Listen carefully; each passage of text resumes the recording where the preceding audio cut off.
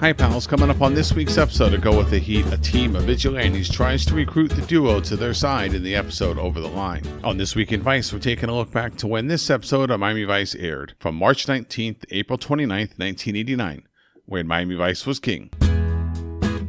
In news, there's a lot of news to talk about in the month and a half between Miami Vice episodes, so let's rapid fire a few stories. On March 26th, the USSR held its first free election, selecting Boris Yeltsin. On April 15th, 96 people died in an FA Cup match later called the Hillsborough Disaster. Then, on April 19th, 47 crew members of the USS Iowa died in an explosion in the No. 2 gun turret. The biggest news of this time frame was the Exxon Valdez oil spill in the Prince William Sound, Alaska. The ship struck the Reef, spilling 10.8 million gallons of oil into the sound. Due to its remote location, the spill covered 1,300 miles of coastline and 11,000 square miles of ocean. Numerous oversights led to the disaster, including a drunk captain and a senior officer who was supposed to be in charge, but was asleep in his bunk.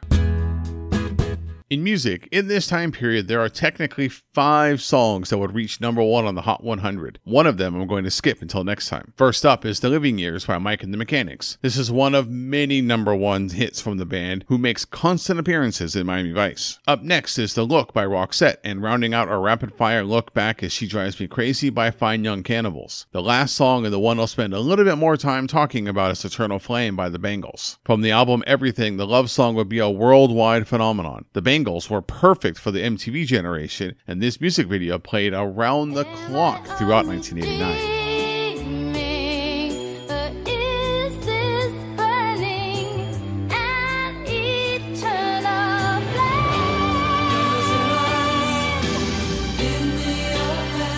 In movies, as with music, there are 4 movies that will claim the top spot in the box office during this time frame. First up is the unnecessary comedy sequel Fletch Lives, starring Chevy Chase. Next, the Academy Award-winning feature Rain Man reaches number 1 just after the awards ceremony in its 16th week of release. But the best of the movies during this stretch are Major League and Pet Semetary. The sports comedy Major League, starring Tom Berenger, Charlie Sheen, Wesley Snipes, and more, spawned 2 sequels, and is probably the second greatest baseball movie ever, behind Bull Durham, of course. Last is the horror movie Pet Semetary, based on the Stephen King book and directed by Mary Lambert. I'm not normally a fan of King adaptations minus The Shining, but it is one that still scares the hell out of me.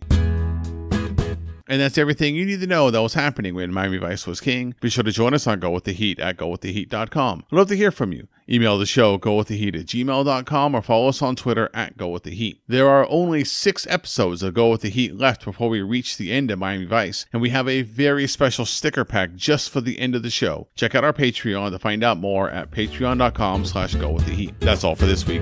Bye, pals.